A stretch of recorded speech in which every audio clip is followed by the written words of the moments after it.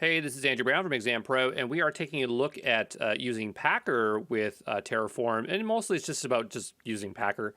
And so what I want to accomplish here is to generate an image and store that onto Amazon Machine Images, and then load that into a Terraform file or like reference it as a data source. So I've never done this before, but it should be fun, and we'll figure this out. So what we're first going to need to do is download Packer. So notice in the top right corner, we have to make your way to Packer however you want to, and we'll go ahead and download. And this one is for Windows, it's a binary, but we are going to be using Linux. We've done this so many times, these two commands, so I'm not going to do that again here, but if you have yet to do so, you can go and run that. And so I'm going to go ahead and install Packer. And once Packer is installed, I will come back here and we will get to it, okay? All right, so after a short little wait there, Packer is installed. And so what I want to do is go into my Packer folder here, and I'm just going to run Packer and see what we get. And so we have Packer build, console, fix, format, init, so install missing plugins. It looks kind of similar to Terraform. Build images from a template. That sounds kind of interesting. So I think the first thing we're going to need to do is define ourselves a template file. So I remember I researched one and put one in my slides here. So let's make our way over there and see if we can kind of just like use our notes here as a reference. So going down to this Packer file, let's go ahead and just write one here. I don't say what the name of the Packer file is. That would probably help, but I believe that they're just named as .hcl files. So what I'm going to do is go into this here and make a new file, and we're going to say, I guess, apache.htcl, since we are already very familiar with how to install Apache. That seems like the easiest way to do it. And again, this is going to be very similar looking to Terraform because it's, you know, all based on HCL. So we'll do a type string. And we are going to need some kind of default AMI. So we can go grab the one we've been using all along here. I think we specified it. And we can just go back to count. Count's always a good one to go to. So I just want to go and grab. Where is it? Count. Where are you? Anybody see it?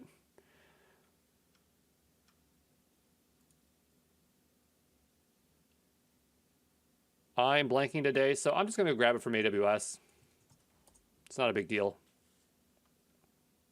So I'm just pulling up AWS here. We're going to make our way over to EC2. And we're going to go ahead and launch ourselves a new server. Actually, I could probably grab it from the old one. No, I'll launch a new one just in case you don't see anything there. That might not be fair. I'm going to go ahead and grab that AMI ID. And I'll just move that off screen here for a moment. And we're going to place in that AMI ID because I assume we want one to override. Then we're going to say locals, app name. And I think the example I wrote here is Apache because that is what Apache is. It's HTTPD. Not sure how they came up with that name, but that's how they call it. So we need to provide ourselves a source. So we're going to do Amazon EBS, HTTPD. Notice that like the source is not called data, it's just called source. If we go over to the documentation here, just what I want to show you here, docs. If it ever loads. Come on, docs, you can do it. So down below here, or on the left-hand side, we have sources. So I believe if we were to go over to here and go over to Amazon AMI. So that one says Amazon AMI. Overview.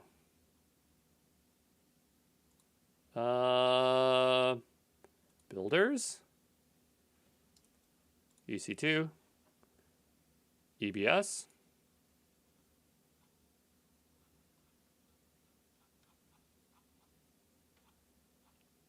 I'm just trying to find the same kind of information that it has there, eh? It's not really doing what I want. But anyway, I know that this code is correct, even though we can't seem to find this out. Probably just go type in Packer EBS, Amazon EBS. I really like to always refer to the documentation when I can here. So it does say it's a builder. Amazon EBS.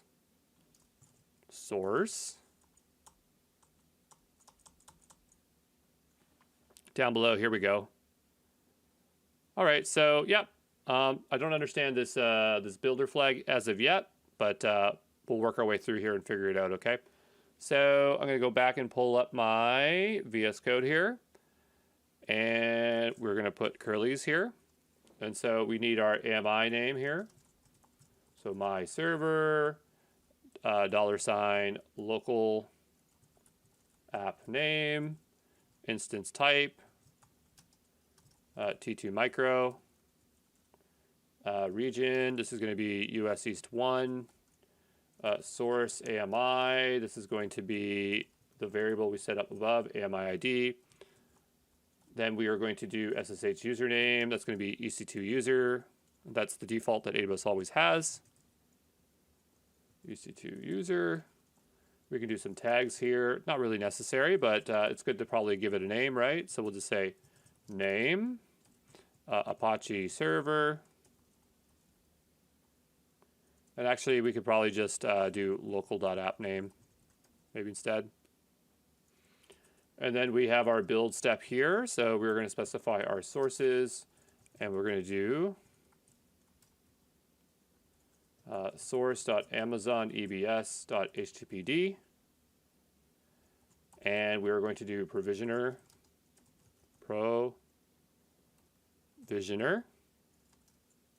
shell, and then we want to provide a script. I think we can actually do it inline if we didn't want to do a script there, but we know our script works, so maybe we should just stick to that. So I'm just going to call this userdata.sh because we already have that somewhere before. So we'll do post-process. We don't need a post-process here. So we just want to run that script. I believe we have that in our Terraform workflow.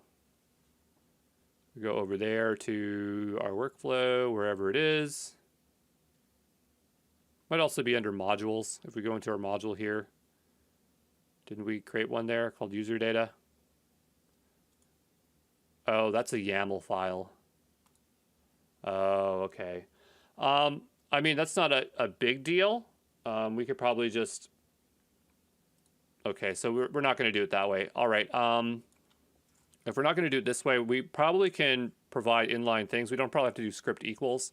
So what I'm going to do is go back to the Terraform documentation here, or Packer documentation, I should say. And what I want to do is look at provisioners.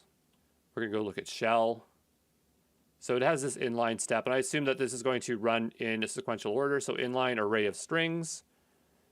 Okay, so what we will do here is we will type in inline.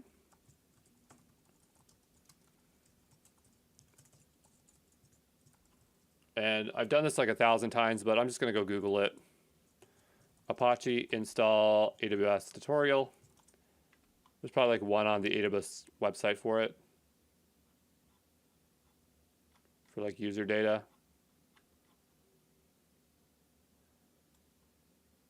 And this is pretty much has some of it here. And I was just kind of looking for these commands like the yum install and the sudo system start. So we're going to go ahead and grab that. And then we're going to go and grab the next few lines here.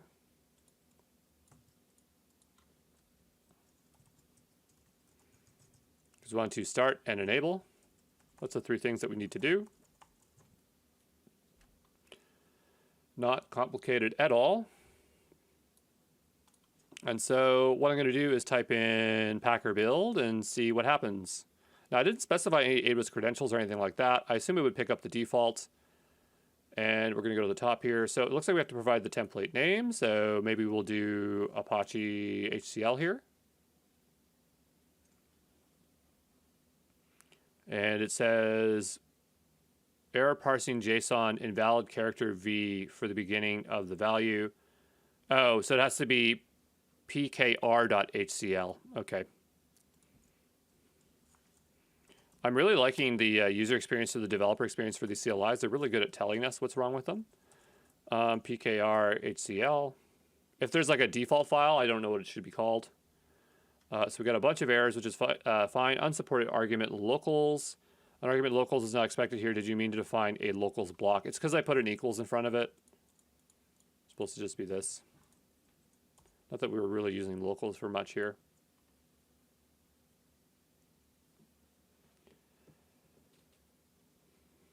And it looks like it is provisioning, found an AMI. It's going to use that as the source one, creating a temporary key pair, authorizing to port 22, name Packer builder. So I don't know if this uses, I don't think it does, but I don't know if it uses Amazon, because there's like EC2 builder image.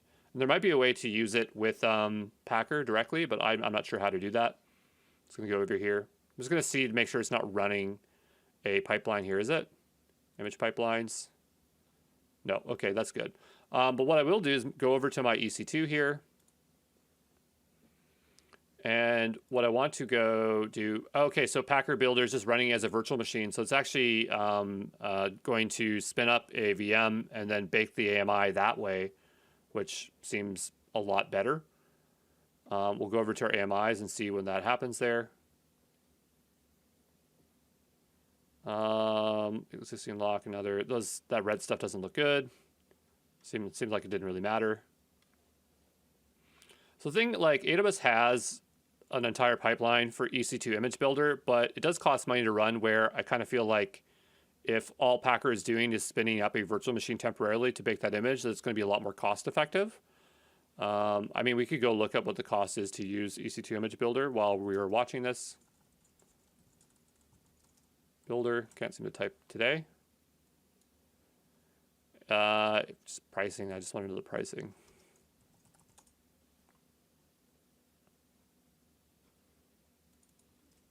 It can't be free.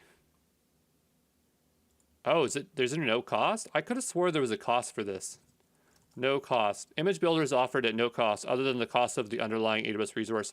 I think the thing is that it's that when you use EC2 image builder, you have to use of a particular size. You know, if you don't really use AWS, you're more into Azure or GCP, I can understand why this is not much of an interest, but I'm pretty sure if I go here,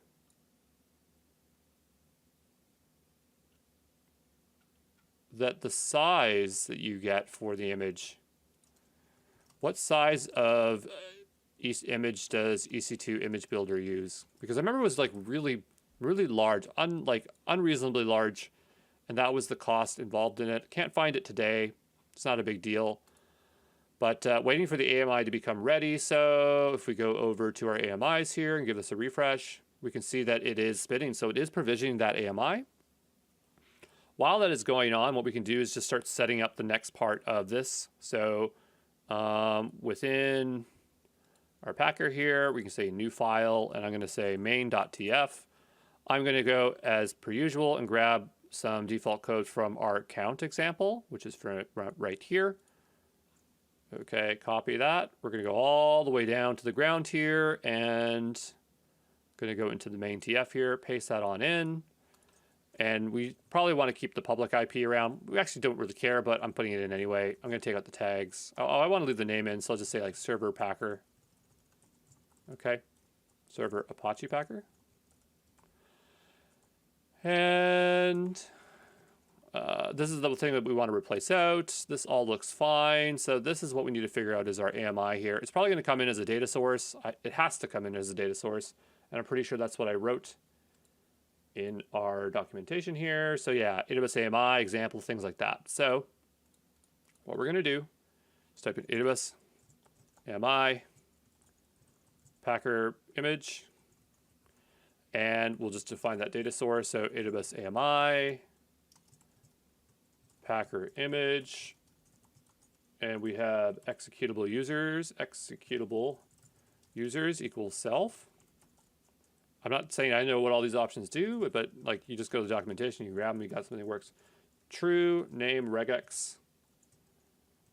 Okay, and so we would do something like start with the little caret character.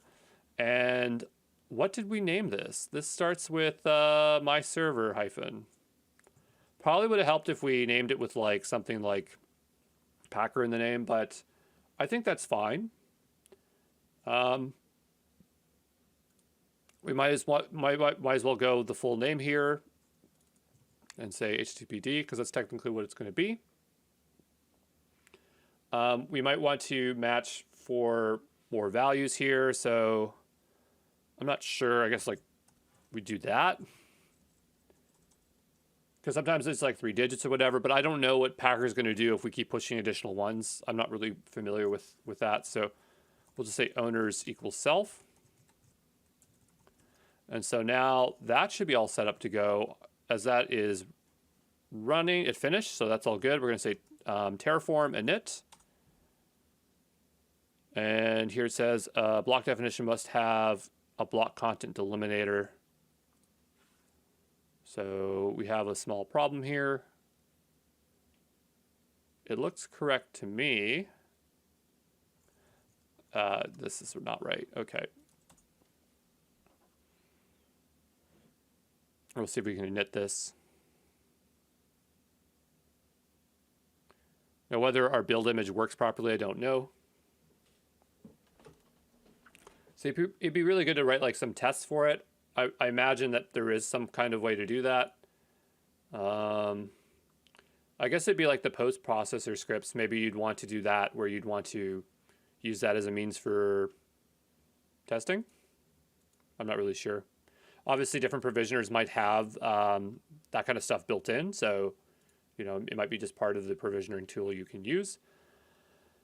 So it initialized here. We're going to do Terraform plan, because I'm hoping that it might complain about the data AWS AMI here if it does not exist properly, and it did. So your query returned no results. Please change your search criteria and try again.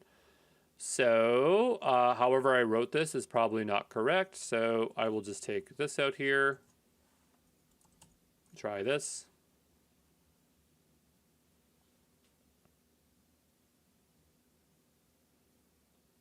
Data AWS AMI Packer, no results. So what I'll do is go over to EC2 here. And actually, that's the only name that's here for the AMI. So I guess I could just go here and grab the name. But maybe that's not the problem. Oh, no, that might be fine. So we'll just do this.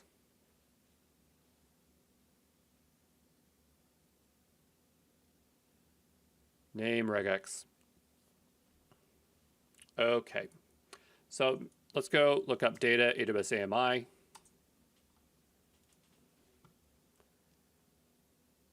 Executable users, most recent, name regex, owners. Maybe we could just do like a filter here.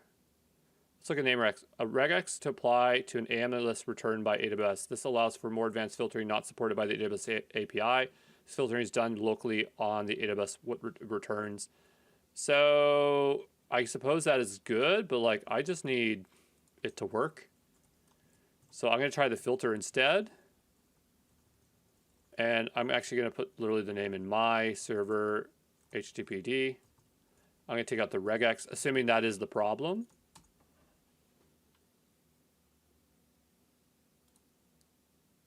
Owners is self, executable users is self. Please change the criteria. I don't know what executable users actually does. Let's maybe look up what that is. Limit search to users with explicit launch permissions on the image. Is that required? No. So let's just take that out. If more than one, there isn't. So let's just take that out for the time being. Who's the owner of this? We're the owner, right? We have to be. Owner is this IP address. That must be us. Or sorry, not IP, but like our account number. So, I mean, that should be fine.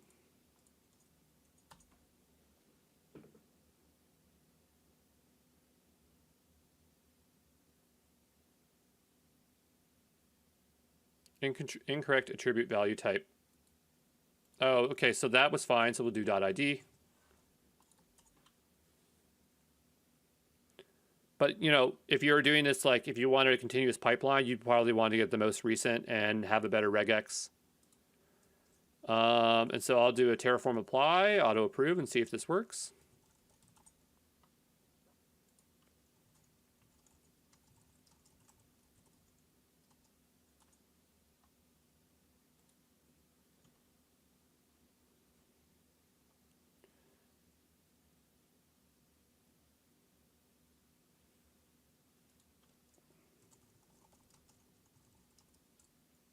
One thing I kind of wonder is like with Packer, how would you do like a versioning?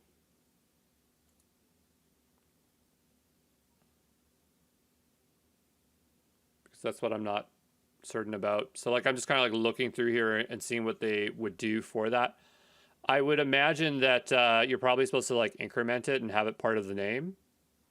Nothing's really speaking to me there, but you know, like the idea is that you want to have things like 000, 01, 02, 03. But I imagine like there's some pragmatic way, maybe there's like a built-in function or something that we can do to do that. Or what you do is you just have a variable probably. That's actually what you'd probably do is you'd have like variable like version, right? String. And then you'd probably set it and it would come through that way, eh? Like you'd set it over here. It says our server has finished provisioning. Let's go see and see if that actually worked. We'll go up to EC2 instances here. That is running. Copy that. Paste that in. The security group doesn't have any open ports, right?